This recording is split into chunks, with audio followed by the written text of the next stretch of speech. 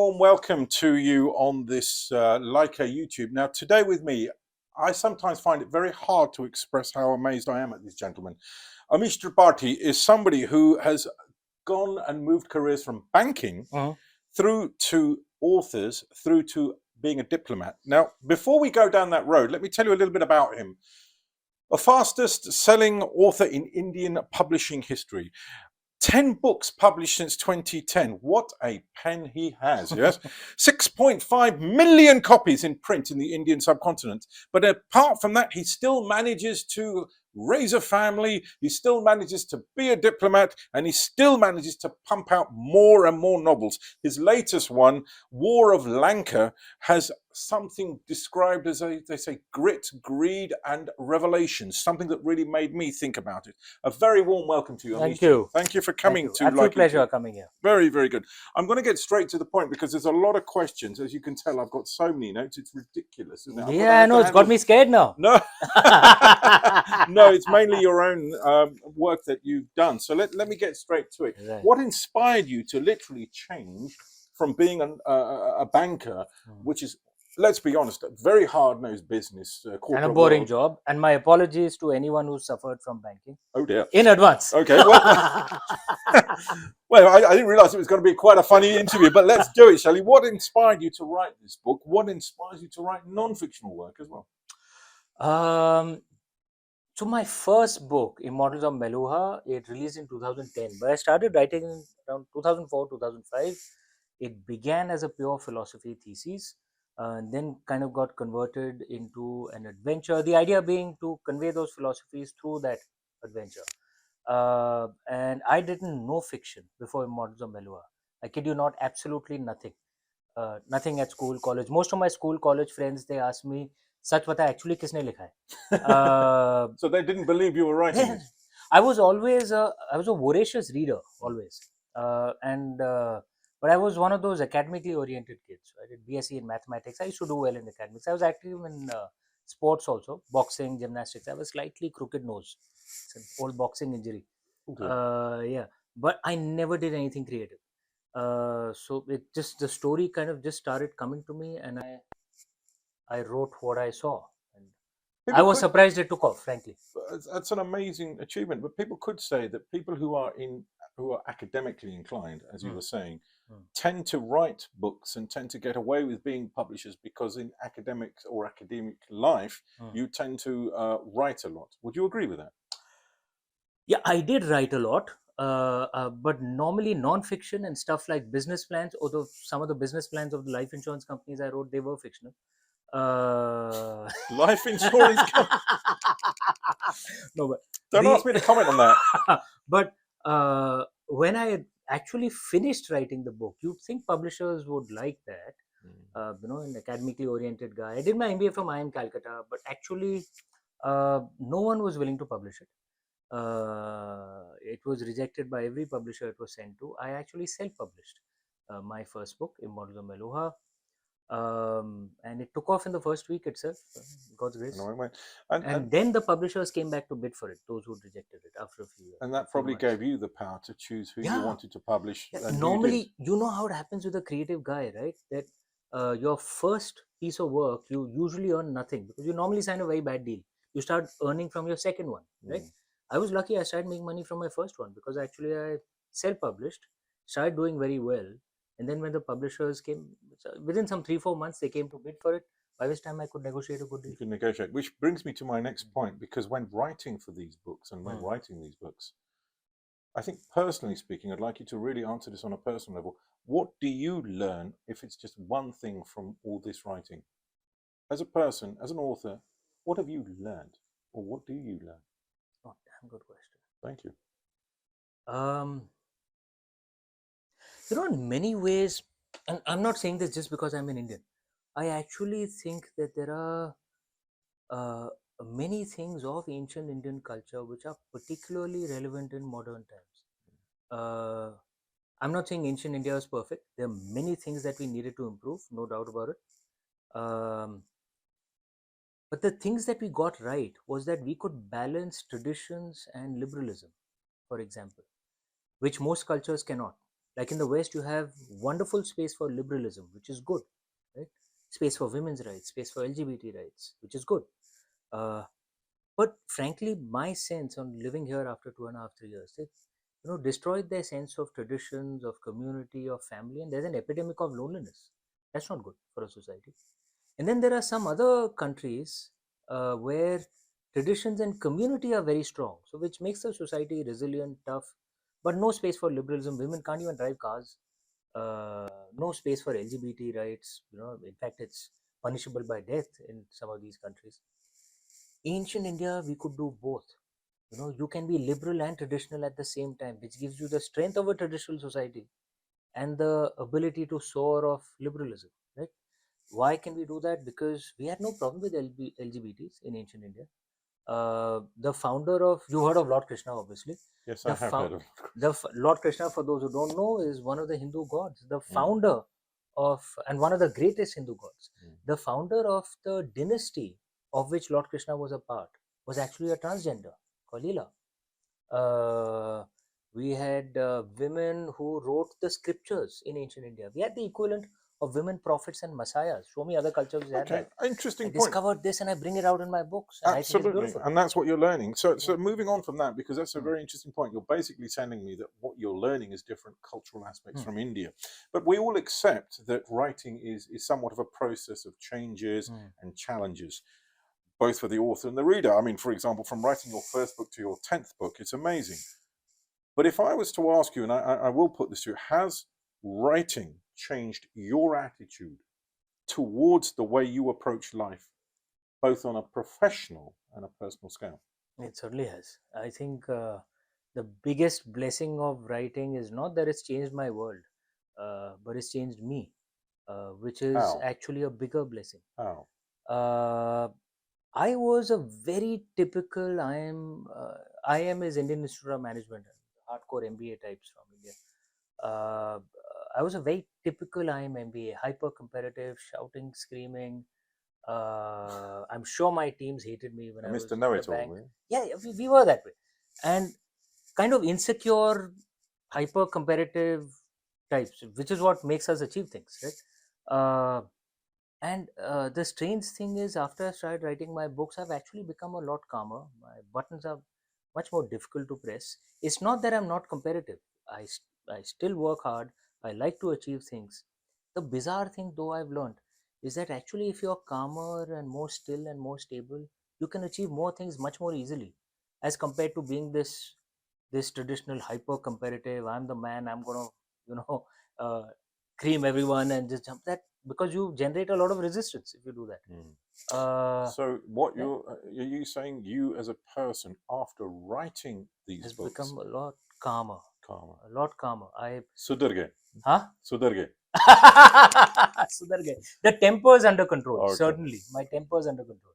So that means from Shiva, trilogy, and Ramchandra series through to the Legend of Sukhdev. These are some of the titles you've wrote, and a host of non-fictional titles, which I looked at, written by yourself. How closely related are those titles of the books with your stories? What I'm trying to ask you is, people love to put titles. They say, oh, that's an eye-catching title. I'll write this, I'll do that. But how relevant is the title, and connected is your title of your book to your story? It is, look, it is completely in it, because the Shiva trilogy is my interpretation of Lord Shiva's story, one of our great Hindu gods, or the Mahadev, the god of gods. Then the Ramchandra series is my interpretation of the Ramayana, the tale of Lord Ram.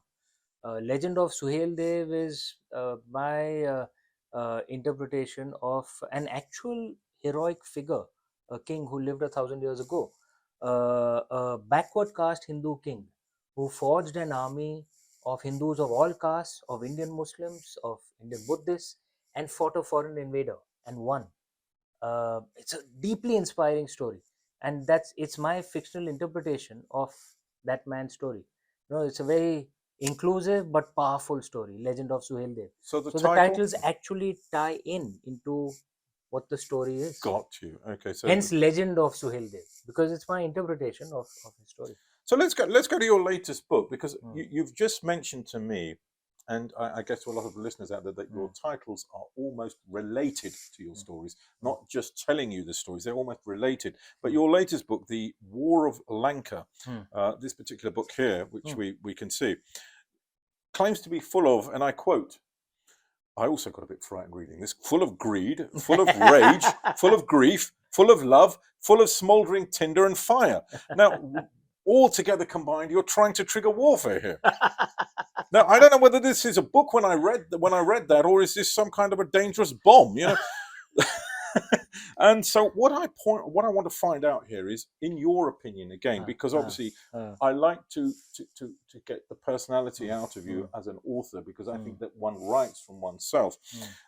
Do you feel that such description and such, shall we say, vivid description on your books keeps an audience either on your side or turns them off from the fear in the outset? And if it does, is that what you're trying to do? That, look, I don't want you to read it, then people think, you know, opposites react, then I'm going to read it.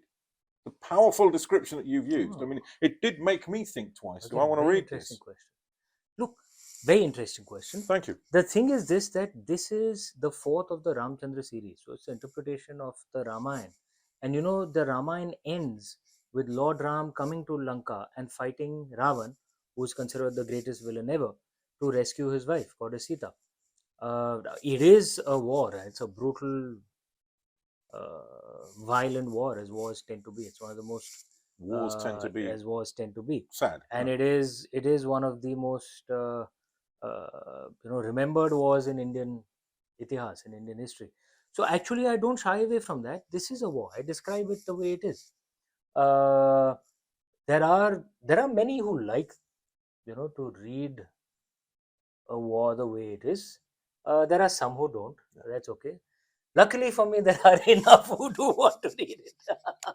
So would you say, I'll sort of rephrase it a little bit, would you say that the description of your books is really towards getting your audience to read it, or is it a description of what you felt you portrayed in your books? So let me take War of Lyca. I mean, you've written some heavy greed, rage, love. Is that what's in this book, or is it more describing what you felt you were writing about? Do you see the difference? What I'm trying to get at here. One of the things I've learned in life, in the modern world at least, you should be who you are.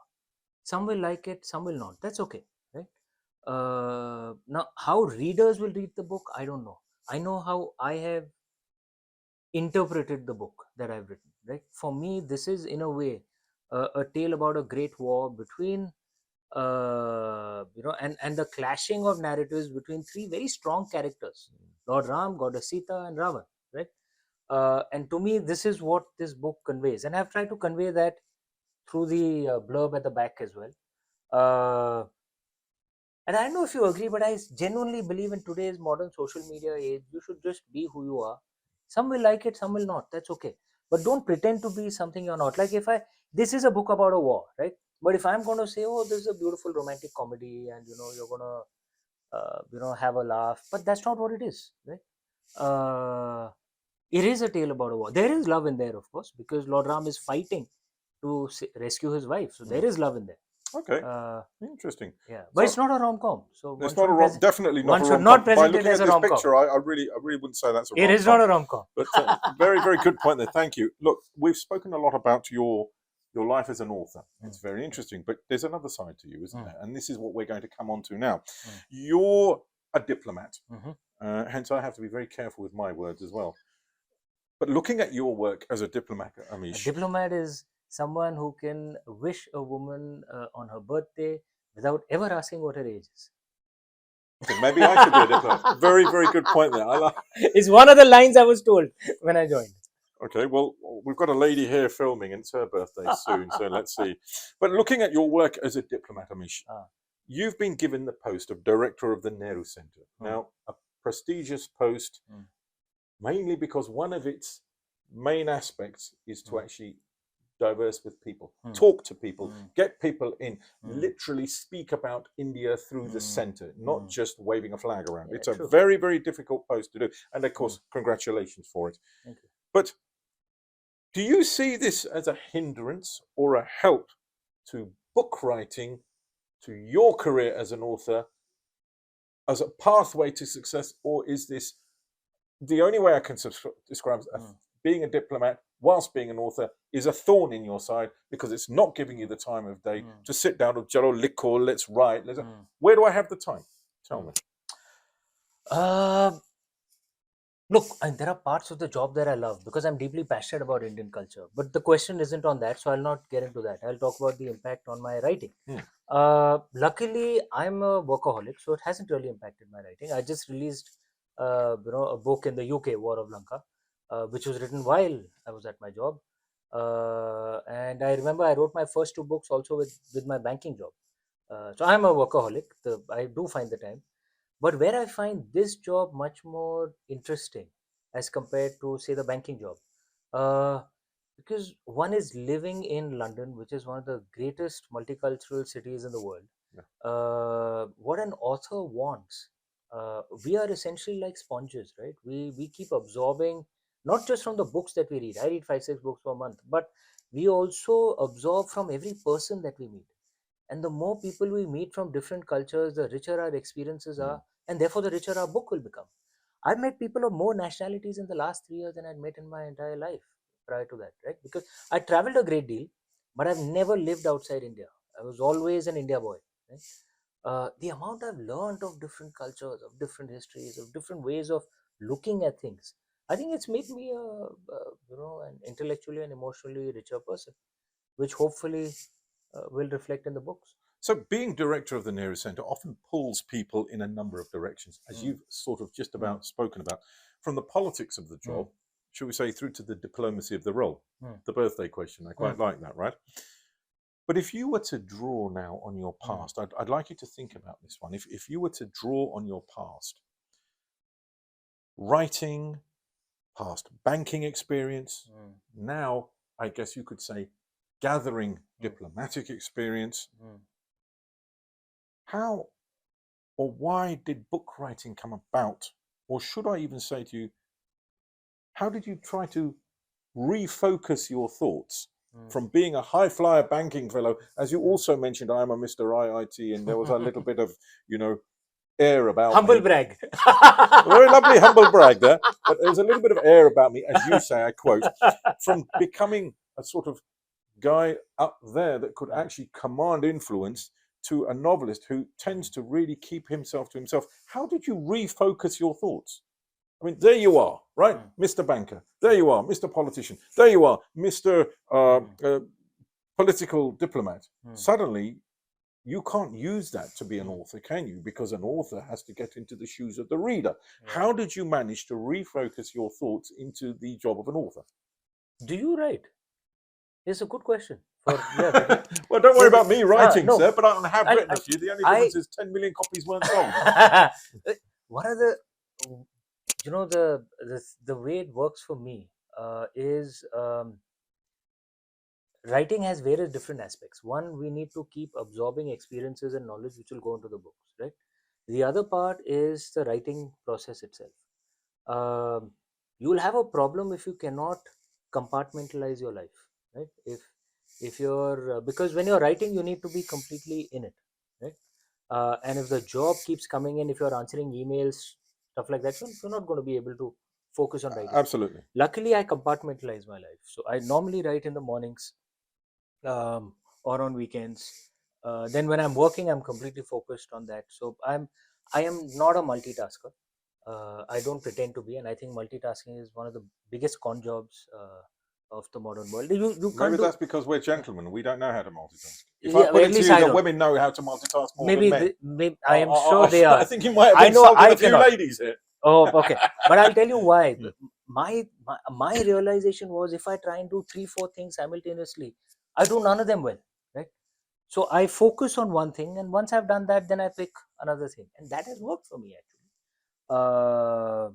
It's also for most writers, they have some all of them have some rituals which kind of opens that portal, if you want to call it that, right? Especially if you're writing fiction. So I have some rituals. I listen to music while writing usually. Well, right. I'm a morning person. I'm normally up by 5 5:30. That's when I'm most productive. That's when I write. uh, and I eat cream biscuits. For some reason, cream biscuits, the kind I got when I was a kid, it kind of just gets me into the mood. Parlay. Yeah, yeah. So I had those rituals, Yeah. and it kind of just gets me into the mood, and I start writing. You are a family man too. Yes, Mhm, you're mhm. about to be wed. Mhm. Is it? Congratulations. Thank you. But obviously, as a diplomat, Mm. and I have to put this very diplomatically, when you are going to perhaps get married, maybe serenade your to-be bride, how are you managing to perhaps combine your personal life, which of course is just as important because you need one for the other, don't you? Of course. With your professional life. If you're up at 5:30 in the morning writing books and eating biscuits, and and after that going to do the job of a very, I mean, you're representing India, an amazing country, representing the country. How do you find then time to sort of take a telephone call, or even perhaps be with your better half and say, well, look, I also want to settle down. I don't want to be alone. I mean, how do you manage to combine personal and private life? 24 hours is really a lot. I'm telling you. If you don't waste time Sleeping. watching TV, if you don't waste time on, just kind of just on the timeline, just sweeping up, you might end up wasting an hour. You don't waste time on all that. There's actually enough time. One of the benefits of having my job as an author as well, traveling is actually an educational experience for me. Yes. So I go on holidays and I'm actually learning at that time. And I like to travel as a local. So if I'm going to a country, I want to eat their cuisine. I want to try and learn a bit of their language. I want to interact with the locals, as long as the food isn't too gross. What's your favorite food that you've tried in the UK so Not far? outside of India, Indian cuisine. No. I mean, since you've been in the United Kingdom, as you like local foods, what's your Italian. favorite? I love Italian. But that's not local. Look, it's British local. Okay, sorry. I mean, okay. I'm just teasing you, sir. Okay, potatoes, mashed potatoes. Okay, I we'll like move mashed on. potatoes. Mashed potatoes. There you go. We'll move on from mashed potatoes. But you've explained very well about the personal and combining. No. There is one British dish which is also Indian. Curry. Yeah. Chicken tikka masala. Chicken tikka masala. Okay. So look, I mean, again, I admire you. I really do. 10 million books, and you've done very, very well with writing and being an author and contributing to the Indian economy, and love for chicken tikka masala and parlay biscuits, and still also trying to create a personal life. There are many people out there who would like to be in your shoes. For example, some people say, I want to be an author. Some people say, I want to be a writer. Some people say, I just want to write an exercise books for children. It all comes down to one basic thing, writing. What advice would you give the listeners, the viewers out there now listening to you, thinking, what do I do? How do I start? Where do I go? What advice would you give them out there wanting to do what you do, wanting to be an author, and also have a sense of humor and a passion about it? What would you tell them? Where should they go? What do they do? Very good question, isn't it? You've done your work. If you want to be, it's different if you want to be a non-fiction writer, right? That's different because that's more about conveying knowledge. But if you want to be a fiction writer, the way I see it is, first of all, when you're writing your book, don't corrupt the book by thinking about what do I need to do to make it a bestseller, what do I need to do to make the awards committees like it. That corrupts it, right? Just write with your soul. It's the voice of your soul. If it works, great. If it doesn't work, no problem, right? It must be the voice of your soul.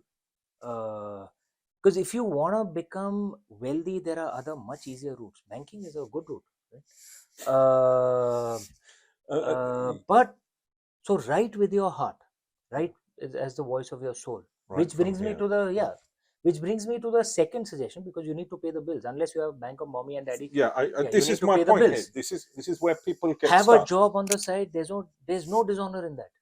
I wrote my first 2 books along with my job. I don't come from a wealthy family. I come from a very humble family. I wrote my first 2 books along with my job. I resigned only after my second book, when my royalty check became more than my salary, which sounds very boring and pragmatic. But yes, it is boring. Yeah, it's reality, isn't it? You have to pay the bills, right? At the end of the month. So have a job on the side. There's no dishonor in that. But what it also does, it allows you to keep your book pure. Because if you're not earning anything, then you'll compromise on your book, because you need some money, right? But if you see your job as a way to keep your art pure, you'll not hate it. And then once the art takes off, if you're lucky, that's the thing with art, right? It's not like a normal traditional job where everyone gets a good salary, everyone gets promoted sometime or the other. In art, it is like Pareto principle times 1 million, right? That 99%, even in the West, with writing, 99% won't make enough money to pay the bills at the end of the month. 1% make more money than they ever dreamt possible. It unfortunately is that way. So if you're lucky and you get into that 1%, then give up your job and Yeah. yeah, But then I go full like time. that. That's a very good sound piece of advice. Don't give up, as they say this, don't give up your day job just Yeah, to no, become an no. author. Find the weekends in the morning. 24 hours is enough. Mm. You can actually, if you don't waste time on shit, there's Yeah, please. actually enough time Yeah. to do your job and to write. There's actually enough time. Lovely. Now I've really enjoyed being with you, and I Thank hope you. you have. It's been a pleasure to be with you, and it's been a pleasure listening to you, listening to your books. I have to say, some of what you've written doesn't reflect you. You're much more jovial, much more, very, very, which is great because I think a lot of authors. I have met many with such a good sense of humor. Thank you very, very Thank you. much for coming on. Thank Thank you. you very much for being with me here. Thank you. And I have to ask, because we at Lyca Gold, Hmm. the best station there, of Hmm, course, hmm. always like to play a tune from one of our guests. So, what Ghana, shall we say, is your favorite Ghana that you would choose, and also why? English or Hindi? Hindi, please. Hindi. It could be Urdu, it could be Uh, Hindi. I. What would uh, you? I mean, looking this at what we've uh, discussed, what would you sum up a song in? this song You know, called Bachna Hai Hasino. I used to sing it. I was the lead singer of a band in my B school. ah, So I used to sing it's all this coming song, out now, and isn't it? this was one of my hit songs. So Bachna Hai Hasino, play that. I will The original one, not the modern remix. The original one. the original one, the one Yeah, that Kishore Kumar sang. exactly. He is the singer. But Kishore you've Kumar. just opened up a can of worms, and I haven't got very much time to ask you, but I will ask you. You are a singer? I was a singer, yes. Right. So singing to authors, to diplomats. What can I say? Amish Tripathi, it has been a pleasure Thank you. meeting you, a pleasure talking about your books, and I really hope that when you get more books out there, you'll let us know and maybe come back again. Certainly. Thank you very much. This is Deep Rajah for Lyca YouTube.